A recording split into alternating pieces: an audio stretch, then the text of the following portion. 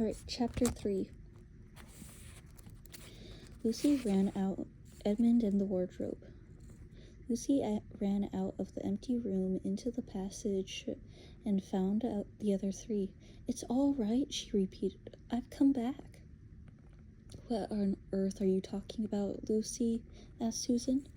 "Why," said Lucy in amazement, "haven't you all been wondering where I was?" "So you've been hiding, have you?" said Peter. "Poor old Lou, hiding and nobody noticed. You'll have to hide longer than that if you want people to start looking for you." "But I've been away for hours and hours," said Lucy. The others all stared at one another. "Batty," said Edmund, tapping his head. "Quite batty." "What do you mean, Lou?" asked Peter. "What I said," answered Lucy. "It was just after breakfast when I went into the wardrobe, and I've been away for hours and hours, and had tea, and all sorts of things have happened." "Don't be silly, Lucy," said Susan. "You've only just come out of that room a moment ago, and you were there then." "She's not being silly at all," said Peter. "She's just making up a story for fun. Aren't you, Lou? And why shouldn't she?" "No, Peter, I'm not," she said. It's a magic wardrobe. There's a wood inside it, and it's snowing, and there's a faun and a witch, and it's called Narnia. Come and see." The others did not know what to think, but Lucy was so excited that they all went back with her into the room. She rushed ahead of them, flung the door open of the wardrobe, and cried, "Now go in and see yourselves." "Why, you goose," said Susan, patting her head and putting her head inside and pulling the fur coats apart. "It's just an ordinary wardrobe. Look, there's the back of it." Then everyone looked in and pulled the coats apart, and they all saw, Lucy herself saw, a perfectly ordinary wardrobe. There was no wood, no snow, only the back of the wardrobe with hooks on it. Peter went in and rapped his knuckles on it to make sure that it was solid.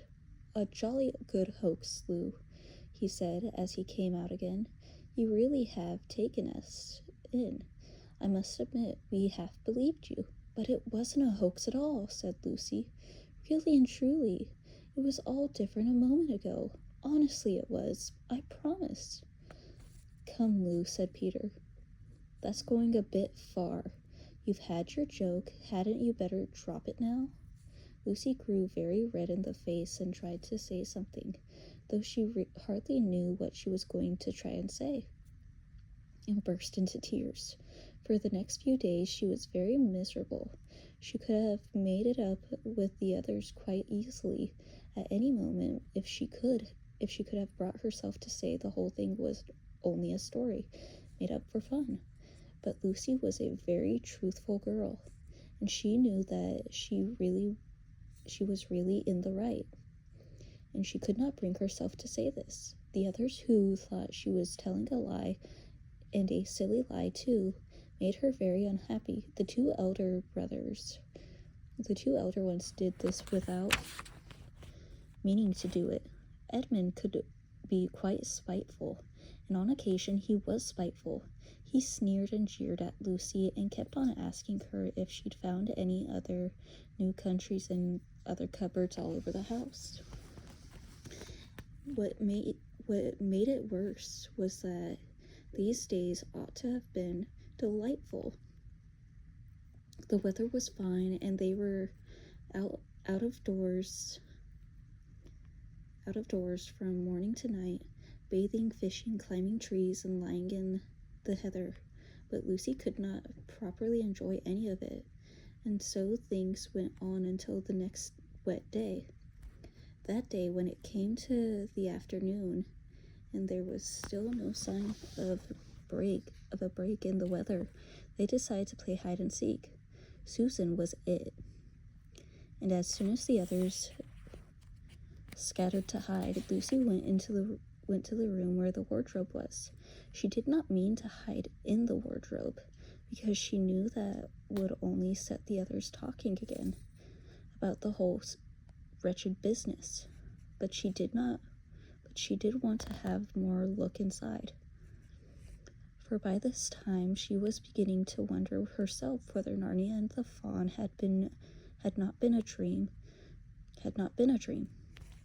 The house was so large and complicated and full of hiding places that she thought she would have time to have one look into the wardrobe and then hide somewhere else. But as soon as she reached it, she heard footsteps in the passage outside, and then there was nothing for it but to jump into the wardrobe and hold the door closed behind her. She did not shut it properly because she knew that it was very silly to shut herself into a wardrobe, even if it was magic or not, even if it is not a magic one. Now the steps she had heard were those of Edmund, and he came into the room just in time to see Lucy vanishing into the wardrobe.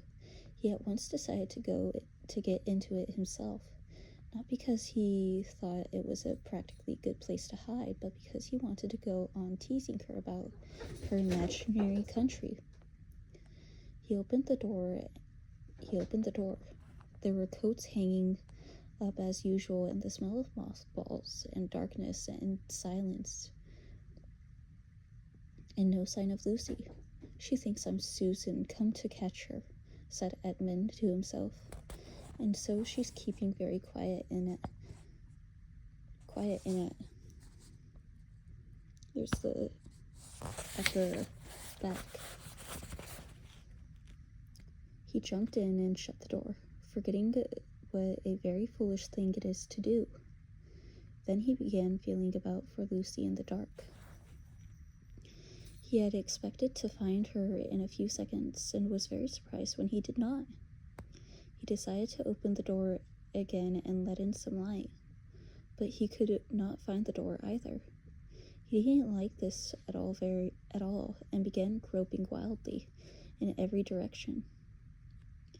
He even shouted out, "Lucy, Lou, where are you? I know you're here." There was no answer, and Edmund noticed that his own voice had a curious sound, not the sound you expect in a cupboard, but a kind of open-air sound. He also noticed that he was unexpectedly cold, and then he saw a light. "Thank goodness," said Edmund. "The door must have swung open of its own accord." He forgot all about Lucy and went toward the light, which he thought was the open door of the wardrobe, but instead of finding himself stepping out into the spare room, he found himself stepping out from the shadow of some thick, dark fir trees into the open place in the middle of the wood.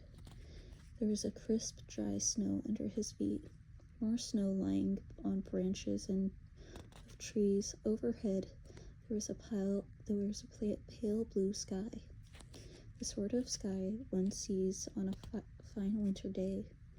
In the morning, straight ahead of him, he saw the tree trunks, the sun just rising, very red and clear.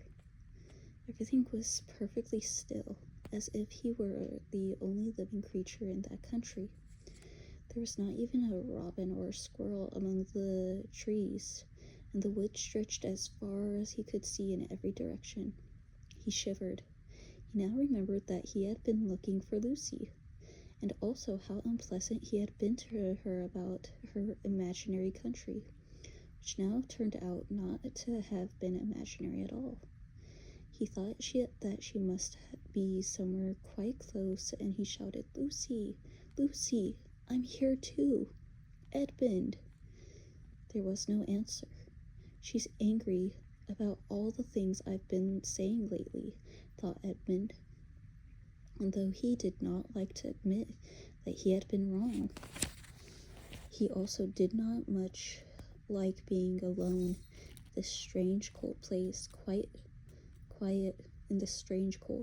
place, so he shouted again, "I say, Lou, I'm sorry. I didn't believe you. I see now you were right all along. Do come out. Make it, Pax." Still there was no answer. "Just like a girl," said Edmund to himself, "sulking somewhere and won't accept an apology." He looked around him again and decided he did not like this place, and had almost made up his mind to go home, when he heard very far off in the wood a sound of bells. He listened, and the sound came nearer and nearer, and at last there swept into sight a sledge drawn by 2 reindeer. The reindeer were about the size of Shetland ponies, and their hair was so white that even the snow hardly looked white compared with them. Their branching horns were gilded and shone like something on fire when the sunrise caught them. Their harness was scarlet leather and covered with bells. On the sledge, driving the reindeer, sat a fat dwarf who would have been about 3 feet high if he had been standing.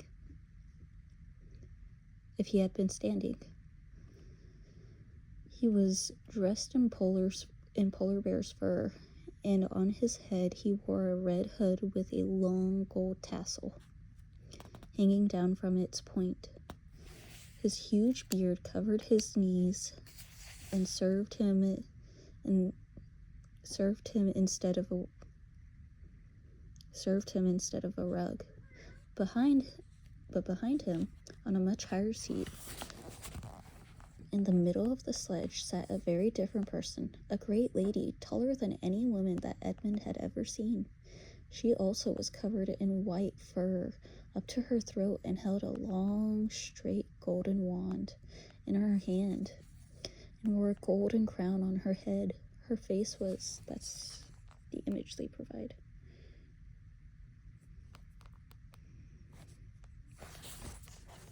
Her face was white, not merely pale, but white, like snow or paper or icing sugar, except for her very long red mouth. It was a beautiful face in other respects, but proud and cold and stern. The sledge was a fine sight as it came sweeping toward Edmund, with the bells jingling like the dwarf cracking his whip, and snow flying up on the side. "Stop," said the lady, and the dwarf pulled the reindeer up so sharp that they almost sat down. Then they recovered themselves and stood clamping their bits and blowing. In the frosty air, the breath coming out of their nostrils looked like smoke. "And what, pray, are you?" said the lady, looking hard at Edmund. My name's Edmund," said Edmund rather awkwardly. He did not like the way she looked at him. The lady frowned. "Is that how you address a queen?" she asked, looking sterner than ever. "I beg your pardon, your majesty, I didn't know," said Edmund. "Not know the Queen of Narnia?" cried she. "Ha! You shall know us better hereafter. But I repeat, who are you?" "Please, your majesty," said Edmund, "I don't know what you mean. I'm at school. At least, I was. It's the holidays now." Next chapter is Turkish Delight.